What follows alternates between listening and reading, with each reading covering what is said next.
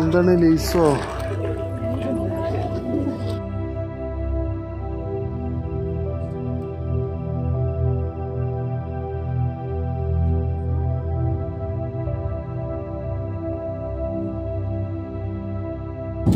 അങ്ങനെ നമ്മൾ വാഗമണ്ണിലുള്ള പൈൻ ഫോറസ്റ്റിൽ എത്തിക്കണത്. വണ്ടി അവിടെ പാർക്ക് ചെയ്തു. ഇവിടെ പുറത്തൊരു എന്തോ സാധനം, ഇത് കൃഷിയാണോ എന്തോന്നറിയില്ല, ഒരു സാധനം കാണുന്നുണ്ട്, ജായി പോലെ അത് നിറച്ചുണ്ട് അവിടെ. ഒരാടാണ്ടില്ല, അടിപൊളി എന്താ പറയുക, വില്ലകൾ പോലെ പുല്ല്, മേലെ പുല്ല് ഇപ്പുറത്തെ സൈഡിലുണ്ട്. College of dairy science technology എന്നൊക്കെ എഴുതിയിരിക്കുന്നത്. കേരള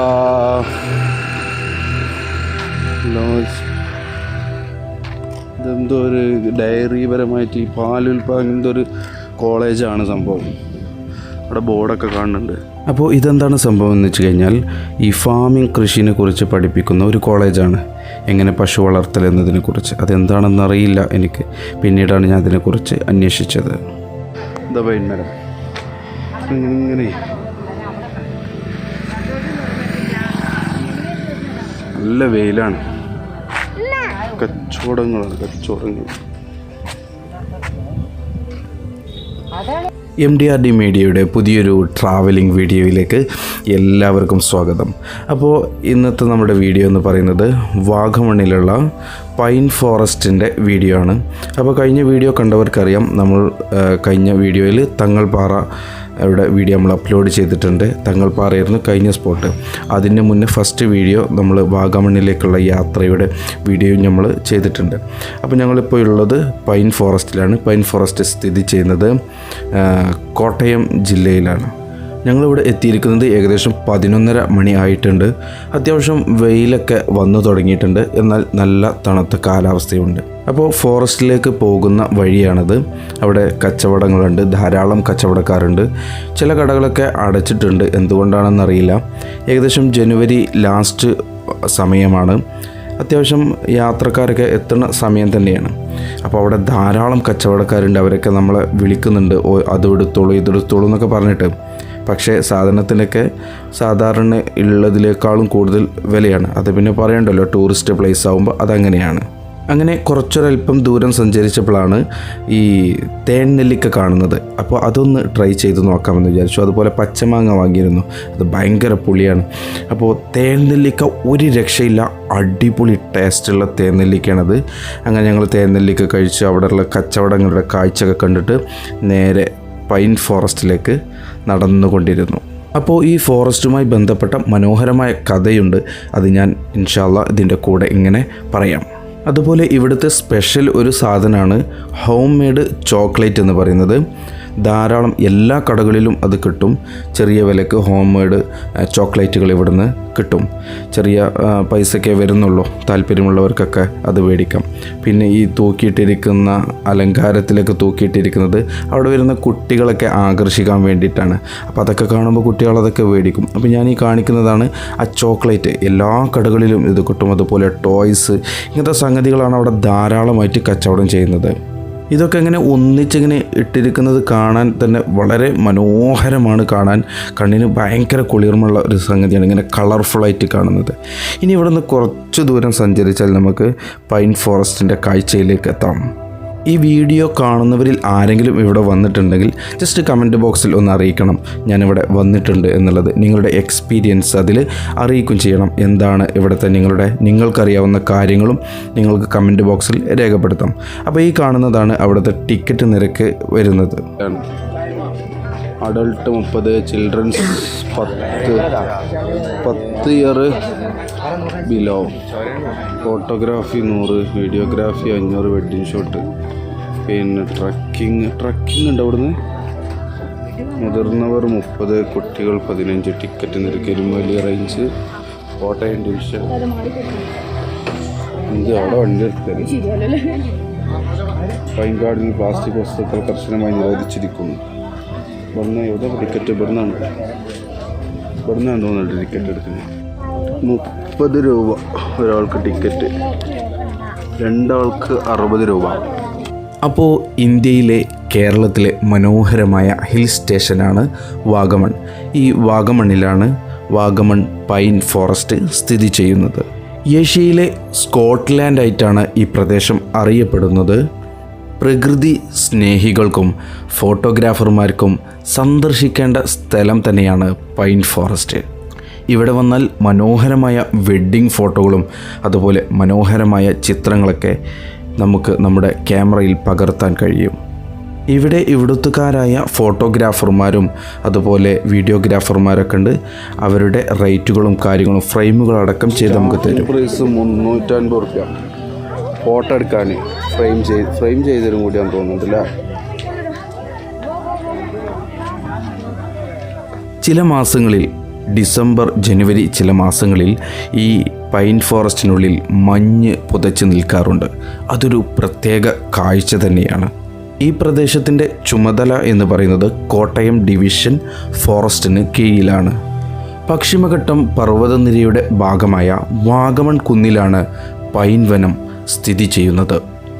ഏകദേശം സമുദ്രനിരപ്പിൽ നിന്നും 1100 മീറ്റർ, അതായത് 3608 അടി ഉയരത്തിലാണ് ഈ വനം നിലനിൽക്കുന്നത്. ഇവിടെയുള്ള പൈൻ മരങ്ങൾക്ക് ഏകദേശം 100 വർഷത്തിലധികം പഴക്കം ഉണ്ടെന്നാണ് രേഖപ്പെടുത്തിയിരിക്കുന്നത്. ഈ ചിത്രത്തിൽ കാണുന്നതെല്ലാം ഇവിടങ്ങളിലൊക്കെയുള്ള പക്ഷികളുടെ ചിത്രങ്ങളാണ്. ഇത് ഫോറസ്റ്റ് ഡിപ്പാർട്ട്മെൻറ്റിൻ്റെ കീഴിൽ അവർ തയ്യാറാക്കി വെച്ച ഒരു നോട്ടീസ് ബോർഡാണ്. ഈ പൈൻ മരത്തിൻ്റെ ഇലകൾ എന്നൊന്നും അതിന് പറയാൻ കഴിയില്ല. അത് വീണിട്ട് അതിൻ്റെ ഫ്ലോർ അതിമനോഹരമായ ഒരു അനുഭവം തന്നെയാണ്. ഈ പൈൻ മരങ്ങൾക്കിടയിലൂടെ വരുന്ന സൂര്യപ്രകാശം അതൊരു പ്രത്യേക ഭംഗി തന്നെയാണ് അതിനുള്ളത്. യൂക്കാലിപ്സ്, അക്വേഷ്യ, ഓക്ക് എന്നീ മരങ്ങളും ഈ പൈൻ ഫോറസ്റ്റിൻ്റെ അടുത്തായിട്ട് ഉണ്ട്. ഇവിടുത്തെ കാലാവസ്ഥ എന്ന് പറയുന്നത് സൗമ്യവും മനോഹരവുമാണ്. ഏകദേശം താപനില 10 ഡിഗ്രി സെൽഷ്യസ് മുതൽ 25 ഡിഗ്രി സെൽഷ്യസ് വരെയാണ്. ഈ പൈൻ മരങ്ങളുടെ പുറത്തുള്ള കാലാവസ്ഥയായിരിക്കില്ല ഈ പൈൻ ഫോറസ്റ്റിലുള്ളത്.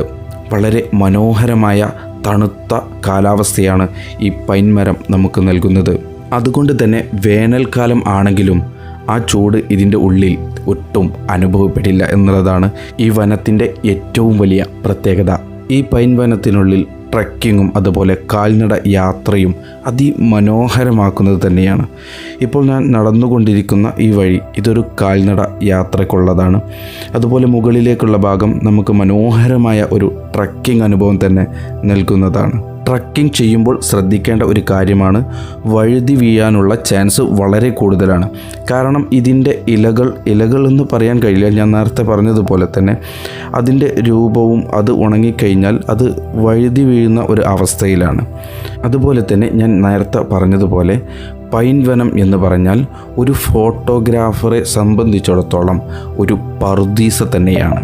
ഈ പൈൻ ഫോറസ്റ്റിനോട് ചേർന്ന് ഉരുളൻ കുന്നുകളും അതുപോലെ പൈൻ മരങ്ങൾ നിറഞ്ഞ കുന്നുകളും മിസ്റ്റി തായ്വരകളുമാണ് ഇതിനുള്ളത്. അതുപോലെ ഈ വനത്തിനുള്ളിൽ മനോഹരമായ ഇരിപ്പിടങ്ങളുണ്ട്. അവിടെ ഇരുന്ന് നിങ്ങൾക്ക് അതിനുള്ളിലെ ആ മനോഹരമായ ആ ഒരു അനുഭവം നിങ്ങൾക്ക് അനുഭവിക്കാൻ കഴിയും. ഇതുപോലെ വീണ് കിടക്കുന്ന ചില പൈൻ മരങ്ങളുണ്ട്. അതിന്മേലൊക്കെ ഇരുന്ന് ആ കാഴ്ച ഒന്ന് മൈൻഡ് ഫ്രീ ആയിട്ടൊന്ന് കണ്ടിരിക്കാൻ അതൊരു പ്രത്യേക അനുഭവം തന്നെയാണ്. ഇവിടെ ഡിയർ, മുയലുകൾ, പക്ഷികൾ എന്നിവ ഉൾപ്പെടുന്ന വിവിധ തരത്തിലുള്ള വന്യജീവികളും ഈ വനത്തിനുള്ളിലുണ്ട്. ഇതിൻ്റെ ചുറ്റുഭാഗത്തൊക്കെ ആയിട്ട് ഉണ്ട്. അതുപോലെ തന്നെ ഇവിടെ ഏറ്റവും സന്ദർശിക്കാൻ യോജ്യമായ സമയമെന്ന് പറയുന്നത് നവംബർ മാസം മുതൽ മെയ് മാസം വരെയാണ്. ഈ സമയത്ത് തണുത്തതും മനോഹരവുമായ കാലാവസ്ഥ നിങ്ങൾക്ക് അനുഭവിച്ചറിയാൻ കഴിയും. ഇവിടേക്ക് എത്തിച്ചേരാനുള്ള പ്രധാന മാർഗമെന്ന് പറയുന്നത് റോഡാണ്. തൊട്ടടുത്തുള്ള കോട്ടയം ജില്ലയിൽ നിന്ന്, കോട്ടയം ടൗണിൽ നിന്ന് 25 കിലോമീറ്ററാണ് ഈ പൈൻ ഫോറസ്റ്റിലേക്കുള്ള ദൂരമെന്ന് പറയുന്നത്. അതുപോലെ തന്നെ ഇവിടെ ചിത്രത്തിൽ കൊടുത്തതുപോലുള്ള ധാരാളം കാര്യങ്ങൾ, ഇൻഫോർമേറ്റീവായിട്ടുള്ള ധാരാളം കാര്യങ്ങൾ ഇതുപോലെ നോട്ടീസ് ചെയ്തതായിട്ട് കാണാം. ഓരോ പക്ഷികളുടെ കാൽപാദങ്ങളും അവരുടെ മറ്റു പല തൂവലുകളും അത്തരം സംഗതികളൊക്കെ ധാരാളം ഇവിടെ കാണാൻ സാധിക്കും.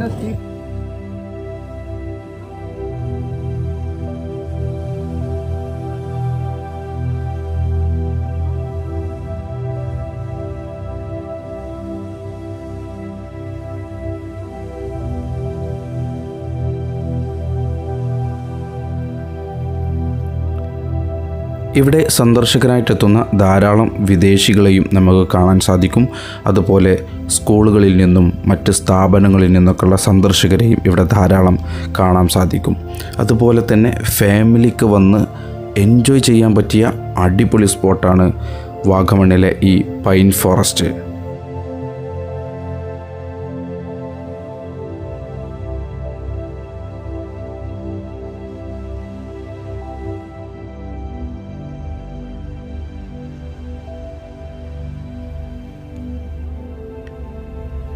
അപ്പോൾ ഞങ്ങളിപ്പോൾ നിൽക്കുന്ന സ്ഥലമാണ് ഈ പൈൻ ഫോറസ്റ്റിൻ്റെ ഏറ്റവും എൻഡ് ഭാഗം എന്ന് പറയുന്നത്. ഇതൊരു അല്പം താഴ്ന്ന ഭാഗമാണ്. അവിടെ ഒരു കുരങ്ങിനെ കാണാം, പ്ലാസ്റ്റിക് കവറിൽ നിന്ന് എന്തോ ഭക്ഷിക്കുകയാണ്. നമ്മൾ ഇത്തരം പ്ലാസ്റ്റിക്കുകളൊക്കെ പരമാവധി യൂസ് ചെയ്യാതിരിക്കലാകും വളരെ നന്നാവുക. കാരണം ഇത്തരം മൃഗങ്ങളൊക്കെ അത് ഭക്ഷിച്ച് ചാവുന്നത് പതിവാണ്.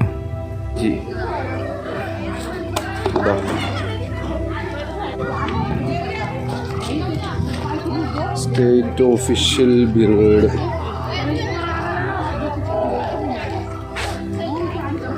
ഒഫീഷ്യൽ പക്ഷികളാണോ അല്ലേ കാണുന്നത്? ഒഫീഷ്യൽ പക്ഷികൾ കേരളത്തിൻ്റെ. അല്ലെ കാക്കയുടെ കാക്കനെ ഒഴിവാക്കി പാവം കാർത്തികന് പറഞ്ഞിട്ട് കറുപ്പിനോടുള്ള വിയോജിപ്പ്. State official animals of India.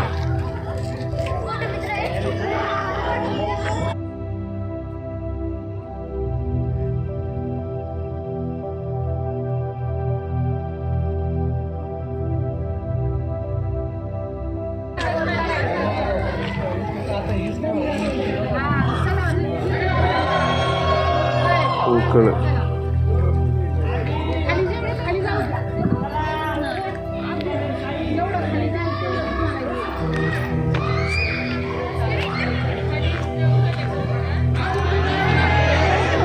മരങ്ങൾ.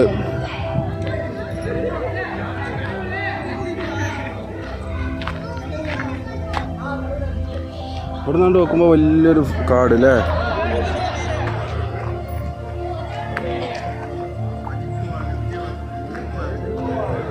ഉണ്ടാക്കാം. അവിടെ വാ.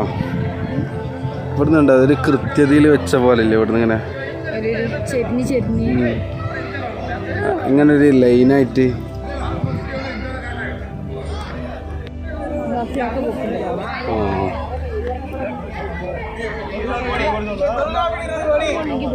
ഇവിടെ തന്നെ.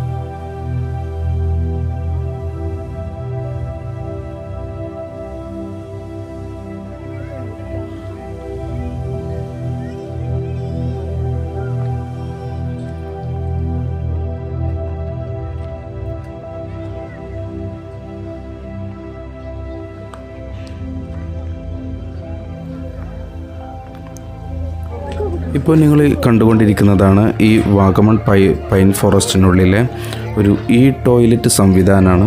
ഇവിടെ ബാത്റൂം സൗകര്യങ്ങളൊക്കെ ഗവൺമെൻറ് റെഡിയാക്കി വെച്ചിട്ടുണ്ട്. അപ്പോൾ അത് ഉപയോഗപ്പെടുത്തേണ്ടവർക്ക് അത് ഉപയോഗപ്പെടുത്താം. ആനിമൽസിൻ്റെ പാടുകൾ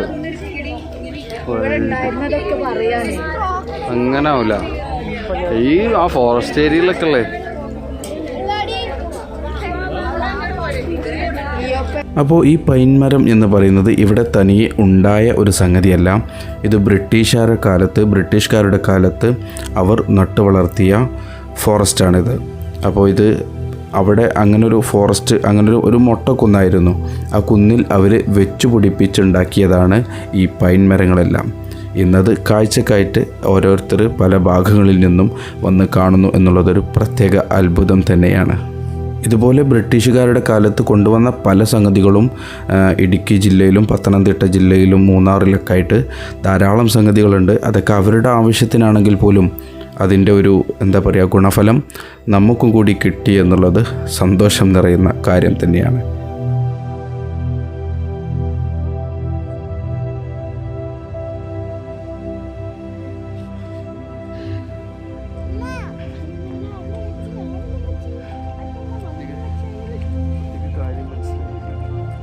എന്താണ് ലേസോ?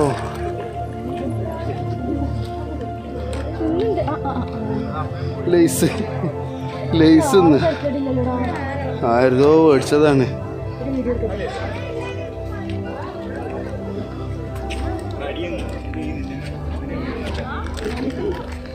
പിള്ളേർക്ക് കൊടുക്കുന്നില്ല, പിള്ളേർ അതോടെ മണ്ടി അടക്കം ആ മുടി വെക്ക നടുവിലൊരു ചെയ്യും, അതുകൊണ്ടൊരു പേരുണ്ടാക്കുള്ളൂ. മുടി അടിപൊളിയാണ്. മതിയാ മതിയാ മതി.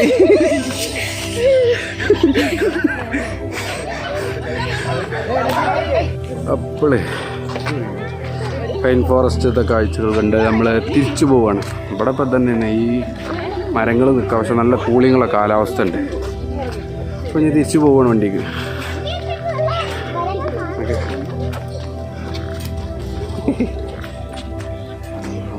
കയറിപ്പോണ്.